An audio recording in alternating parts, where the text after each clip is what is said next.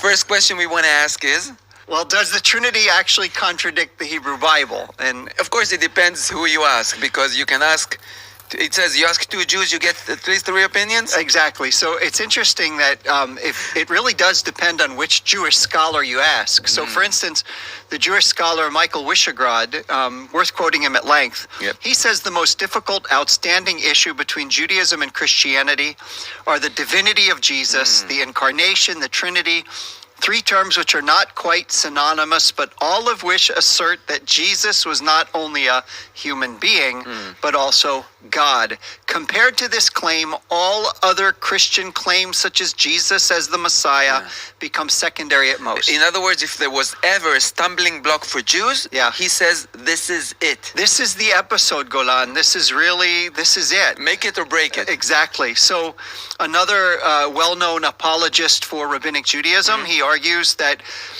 although belief in the unity of God is taught and declared on virtually every page of the Jewish scriptures, the doctrine of the Trinity is never mentioned anywhere throughout the entire corpus of the Hebrew Bible. Now, moreover, the last thing. Yeah, wow. Some even claim that. So one well-known anti-missionary actually even says that the doctrine of the Trinity is even a complete distortion of the New Testament, that the New Testament doesn't teach it either. Wow. So that's on the one hand. That's some Jewish scholars that say that's on the one hand. Yes. On the other hand. Well, here's really quite surprising. There's a well-known Jewish scholar. In fact, he's one of the leading scholars of Hebrew Bible. Professor Benjamin Not Summer. a Messianic Jew yet. No. He's one of the leading scholars of Hebrew Bible, works with intertextuality, very well known in his field, very well respected. Anybody that does any work in the Hebrew Bible. And now listen to what he says. He says classic language of Trinitarian theology, such as mia ousia, tres hypostases, that is one nature, 3 persons, or one substance, 3 manifestations, applies perfectly well to examples of the Lord's fluidity in the Hebrew Bible and to the fluidity traditions in Canaan and Mesopotamia. He basically argues that the whole notion of the Trinity is not something foreign to the Hebrew Scriptures at all. And he uses the word fluidity. Fluidity, and we'll talk about that as we go on. Okay. So what are the main arguments against this concept that we call Trinity? Yeah, okay. So we could pretty much summarize the arguments as the whole notion of the Trinity is a violent hermeneutic to the Hebrew Bible. It's just it's not there, and it's a gross distortion of what the Hebrew Bible actually says. That's the claim against this concept. Correct. So, the foundation of the Jewish faith, Shema Yisrael, Hear, O Israel, the Lord our God, the Lord is one. He's one. He's not 3. Yep. And he's not 1 and 3 or 3 and 1. Okay? 1 is 1. Exactly. Hosea chapter 11, verse 9, the verse, for I am God, not a man, the Holy One in your midst.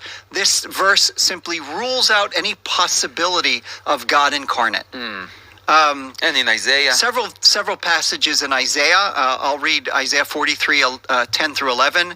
My witnesses are you, declares the Lord, my servant, whom I have chosen, to the end that you may take thought and believe in me and understand that I am he. Before me, no God was formed, and after me, none shall exist. None but me, the Lord. Beside me, none can grant triumph. Yes, so none, they mean it's only one. There's one God. Well, one, of course, but what they understand by this one is a one that totally rules out any sort of divine plurality. Exactly. And concerning the New Testament, the claim is... Well, this is so interesting, right? So the argument is that it's also a violent hermeneutic against the New Testament. So, for instance, the argument that Mark's Christology, Mark is considered by many scholars the earliest gospel, right? Tradition identifies Matthew as the earlier gospel, but the claim is that Mark's gospel is the earliest, and his Christology is adoptionist. Now, what does Christology means, and what does adoptionist? Christology is what a theology of Jesus. And adoptionist means that Jesus was just a man that God adopted as his son. In a certain time. Correct. And so the argument is that Mark's Christology is adoptionist. The Synoptic Gospels, Mark 3, Luke 11, Matthew 12, says that blasphemy against the Holy Spirit is unforgivable, not blasphemy against the Son, and therefore the Son is not fully divine. Exactly. Right? The term Trinity isn't even found in the New Testament. It was only coined by Tertullian in the 2nd century. So they're saying it's a Christian invention. Correct, exactly. And then the argument is that the doctrine of the Trinity wasn't even finalized until the 4th century during the Nicene Creed. So not only it's not in the Hebrew Bible, it's not even in the New. It's much later than the New Testament. They would claim a perversion of the Hebrew Bible and a perversion of the New Testament. Okay, so are you ready to show some reasons to back up this concept of the Trinity? Well, here we go. We're gonna jump in, right? Several reasons the Trinity is fully compatible. And we'll start with the Torah. Exactly. Right? Well, I would say that most of everything that we're going to be doing today is based on the Torah, and then we'll just simply add to places where the prophets actually affirm or confirm what the Torah actually teaches. And so, the first reason in favor of this unity of plurality or plurality of unity of God is the Torah's teaching about the mysterious presence of God. And that's a simple question. Where does God dwell? Where is he? Wow. You know, it is such an important question. And again, Benjamin Summer actually deals with this in his book, The Bodies of God. And so the question then becomes, where does God dwell? And there appear to be, according to the Torah, 2 sanctuaries that exist simultaneously where God dwells in both In both places? At once. At once. At once, without ceasing to be one God. In the Torah. In the Torah. So for instance, the tabernacle. The end of Exodus, after Moses constructs the tabernacle, the glory of God, the presence of God, moves from the top of Mount Sinai into the tabernacle. And then it says in Leviticus 1 verse 1, the Lord called to Moses and spoke to him from the tent of meeting. So God is in the tent of meeting. It says the Lord, Yud-He Vav-He. Yeah. And in fact, in Leviticus 26, 11 through 12, God says, I will establish my abode in your midst, and I will not spurn you. I will be ever present. In Hebrew, hit alachti, which is the same verb used of God's presence in the Garden of Eden. Yeah. I walked in your midst. I will be your God. You shall be my people. So according to the tabernacle texts, God actually lives with his people. With his people in the tent. The Lord is in the Holy of Holies. On the other hand, according to Deuteronomy, God lives in his heavenly abode. So for instance, at the same time, Deuteronomy 26 verse 15, Moses says this to God, look down from your holy abode from heaven and bless your people Israel and the soil you have given to us, a land flowing with milk and honey, as you swore to our fathers. And so here's what's interesting. According to the Torah, God has 2 dwelling places. He has his both heaven at the same time. At the same time. But who would argue that, this proves that there are 2 gods? Right? Nobody would argue that. this. There's something very mysterious about God where he can simultaneously put on tent. He can put on tent and live among us without ceasing to be God above. And it's not confined only for the Torah. We see it correct not only in the Torah, but also in the other books of the Bible. Okay, the prophets. So here's another amazing text. 1 Kings chapter 8. Yeah. Okay, it's a pinnacle. It's an important text. Solomon builds the first temple. You have he's dedicating the temple. He's praying. Dedicating the temple. The presence of God fills the dvir, the holy of holies. Right? Let me read the text. When the priests came out of the sanctuary, for the cloud had filled the house of the Lord, and the priests were not able to remain and perform the service because of the cloud, for the presence of the Lord filled the house of the Lord. Then Solomon declared, "Listen, the Lord has chosen to abide in a thick cloud. I have now built for you a stately house, a place where you may dwell forever." So according to Solomon, where does the Lord dwell? The temple. In the temple. He's in the temple. In the Holy of Holies. But throughout his whole prayer of dedication, his whole prayer, he keeps praying to God in his holy place in heaven. I'll read, there's all sorts of verses, but I'm going to read chapter 8, verse 30. May your eyes be open day and night toward this house, right, the temple, where he dwells, toward the place of which you said, my name shall abide there, his name. May you heed the prayers which your servant will offer toward this place. And when you hear the supplications which your servant and your people Israel offer toward this place, give heed in your heavenly abode. Wow. Give heed and pardon. So what is Solomon contradicting himself? So God is dwelling in the temple, but Solomon is praying to God in heaven. Both at the same time. At the same time. No contradiction, one God. And who would argue that Solomon is actually teaching there are two gods? No way. Right? So, according to the Torah, according to the prophets, there's this mysterious presence of God, that God can be in one, two, or several places simultaneously, but still be one God. Yeah, now this thing about being tabernacling with animal skin, being in the tent of meeting, reminds me a little bit of the Gospel of John, because John uses the word tabernacle in Greek, right? It's amazing, Golan. It's when you consider the Torah's tabernacle theology and his divine presence in the heavenly tabernacle and Solomon's theology, how does this differ? So, according to the Torah, God tabernacles in animal skin, right? In the tent of meeting. In the tent. So according to John, God tabernacles in human skin.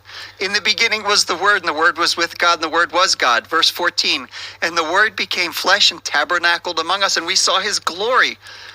How is that different than the Torah? So to sum up this part, God is in heaven, and God dwells with his people the same time, and he's one God. Exactly. There's no contradiction. Okay, so what about the Torah teaching about God mysterious unity? What about his unity? Once again, when you start to look, like if you lift the what do you say, the hood of the engine, and you start to look at the Torah carefully in the Hebrew, you'll notice that there is this mysterious unity of God. So if you look at the mysterious unity of God in creation, okay, I realize that, and I've heard different podcasts and teaching. It says in Genesis 1:26, let us make man in our image. God speaks in the plural. In the plural manner, yeah. And some of the rabbinic apologists are very quick to say, well, of course this can't refer to a divine plurality. Rashi...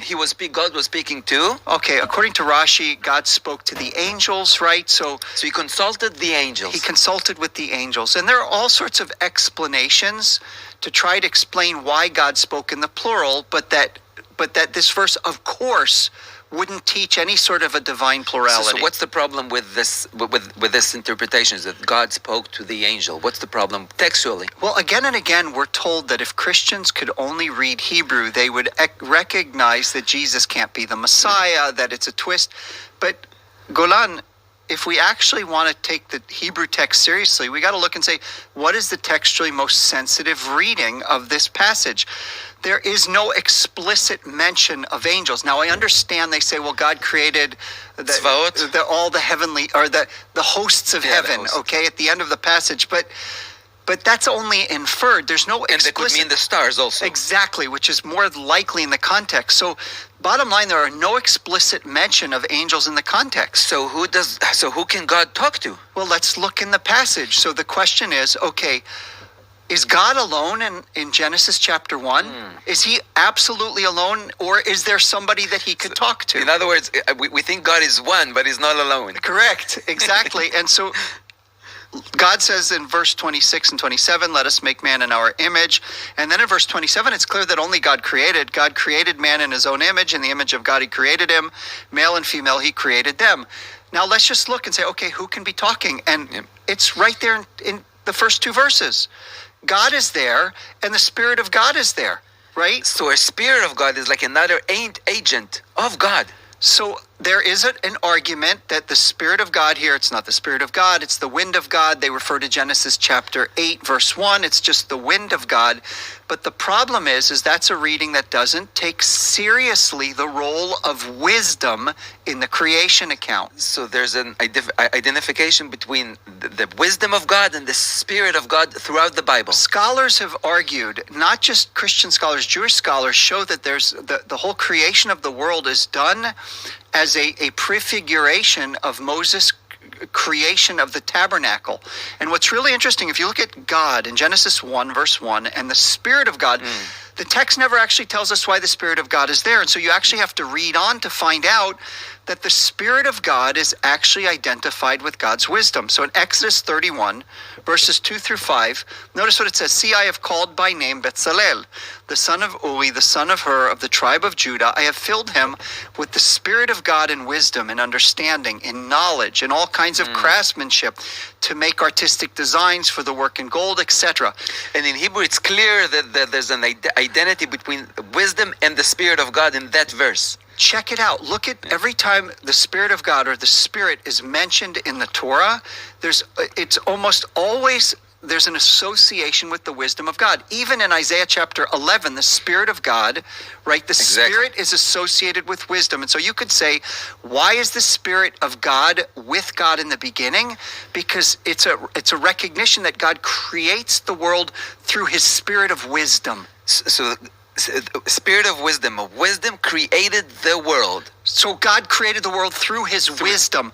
Now, what's really remarkable is Proverbs actually explicitly identifies the Spirit of God as the Spirit of wisdom. It's like a midrash on Genesis. And not only does the Proverbs identify the Spirit, the Spirit of God is the Spirit of wisdom, but the Proverbs even identifies the Spirit of wisdom as a person that was with God. So let me read it. Proverbs 8, right? 8:27 through 31, and it's worth reading.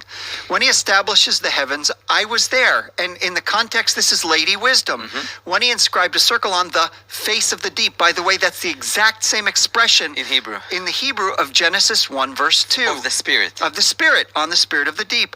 When he made firm the skies above, when the springs of the deep became fixed, when he set for the sea its boundaries so that the water would not transgress his command, when he marked out the foundations of the earth, then I was beside him as a master workman, right? And I was daily his delight, rejoicing always before him, rejoicing in the world, his earth, and having my delight in the sons of men. So again, if you look at Genesis 1:26, in the immediate context, you've got God and the Spirit of God. The Spirit of God in Spirit of wisdom. The Spirit of wisdom in Exodus. And then Proverbs makes this interpretation explicit. God and his Spirit are together. And it's not the only time the Bible says that the Spirit of God, the Spirit of wisdom, that wisdom created the world. It appears other times. Again, that God created the world through wisdom, right? So Proverbs 3:19, the Lord by wisdom founded the earth. Okay, by understanding he established the heavens. Psalm 104, verses 24 and 30. O Lord, how many are your works? In wisdom you made them all. The earth is full of your possessions. You send forth your Spirit. They are created. Again, this association between the Spirit and wisdom. Job 33, verse 4, the Spirit of God has made me. The breath of the Almighty gives me life. And so the Torah already attributes the divine voices, let us make man in our image. It's explicitly identified as God speaking. God alone creates. God is one in Genesis chapter 1, but he's not alone. He's with the Holy Spirit, with the Spirit of wisdom. The Spirit of God. And so you have already in the very first chapter of the Torah, this mysterious unity of God. Now what's interesting is you notice that the Hebrew, the ancient Hebrew Tirgumim for Aramaic, noticed this. The Targumim, the Aramaic translation, so the Jerusalem the Jerusalem Targum, Genesis 1:1 and then verse 27. In the beginning, with wisdom, the Lord created. Wow. Here it is. They're seeing the same thing. And notice verse 27, and the memra of the Lord created the man word. in his image. The word. So who created according to this ancient Targum? Wait, are you reading from John chapter 1 or this is... This is just, you know what this is? This is Jewish interpretation of the text that's very accurate, and it comes before any polemics with Christians. No, there's another Targum even more interesting. Wow. So Targum Neofiti, it says this, in the beginning with wisdom. Now, what's interesting, the Aramaic says, bara di Adonai. Now, what is bara di Adonai? The Son of the Lord. So it says this, in the beginning with wisdom, the Son of the Lord created the heavens and the earth. And then again in verse 27, and the memra of the Lord created mankind in his image. Wow. So here we go. So firstly, the mysterious unity of God in the Torah is taught in creation, but the mysterious unity of God is also taught in the revelation of God to his people. Through a messenger. Through the messenger, the angel of the Lord or the messenger of the Lord. Exodus 3, verses 2 through 6. Yeah. The messenger, malach of the Lord, appeared to him in a blazing fire in the midst of the bush.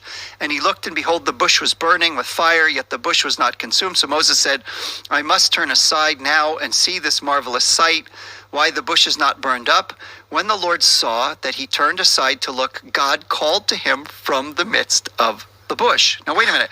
And he says, I'm the God of your father, the God of Abraham. So who's in the bush? Is it the messenger of the Lord, or is it God? Or is it the same thing? So just like God can wear animal skin, the tent of meeting, right? God can wear bush So what do without you think? ceasing to be God overall. Exactly. So what do you think Sommer would say about that? Well, again, Summer. Professor Benjamin Sommer? Professor Benjamin Summer, again, what I love about him is he's just simply taking the Hebrew text very seriously. Face value. Face value. And this is what he says. There we are initially told of this appearance to Moses. We are told that a malach appeared to Moses in 3:2. But in the remainder of the chapter, it is the Lord himself who converses with the shepherd turned prophet. The famous fire in this passage, which burned in the bush without burning the bush, is nothing other than a small-scale manifestation of God. This humble manifestation resembles the larger one that would take place in the same mountain not long thereafter when the Israelites received the law at Sinai. It's clear. The text is really clear. Now, what's interesting is that this is not only in the Torah. We see it also Again. in other places in the Bible. This revelation through a messenger. Yes, but the messenger he has an identity that's separated from God, but he's identified as God himself. And so God's appearance to Manoah, right, the father of Samson, the messenger of the Lord appeared to him. Oh, right? and I think this is this Gideon or? Is it Gideon? Yeah. Sorry, what did I say? That's right, in chapter 6, Gideon. Because it also happens, by the way, in Judges 13 Exactly. with the father of Samson. But this is an example with about Gideon. So the messenger of the Lord appeared to Gideon, right? And the Lord looked at him and said, okay, we're not going to read the whole passage, but it's worth noting, again, what Benjamin Sommer says about this passage. Exactly. The text variously identifies the speaker as the Lord, verses 14 and 16, and the Lord's malach, his messenger, verses 12, 20, and 21. Indeed, Gideon's visitor sometimes speaks in the first person of God and sometimes in the third. One might want to argue that the Lord was located in heaven and spoke through a lower-ranking divine being sent to earth with a message. But it is specifically the Lord who turns his face towards Gideon in verse 14. At the same time, we are told in verse 22 that Gideon saw the Lord's malach, and even though it was the Lord who turned to face Gideon, it was the malach who left the place in verse 21. The text seems self-contradictory only if one insists that an angel is a being separate from the Lord. On the other hand, if one can understand an angel as a small-scale manifestation of God, or even as a being with whom the Lord's self